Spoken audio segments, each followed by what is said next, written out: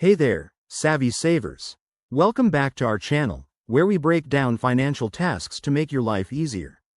Today, we're tackling how to deposit money into Marcus Savings. If you're new to Marcus by Goldman Sachs or just need a quick refresher, this guide is perfect for you. It's straightforward, secure, and can help you build that nest egg faster. Let's dive right in. First things first, make sure you have a Marcus Savings account set up. If not, head to the Marcus website or app and sign up. It's quick and free.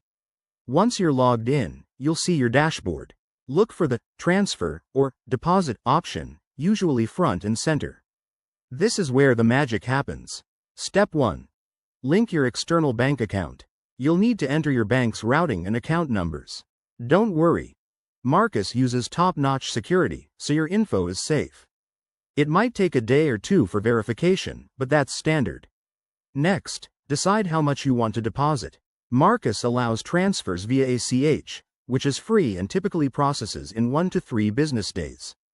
If you're in a hurry, check if wire transfers are an option, though they might have fees.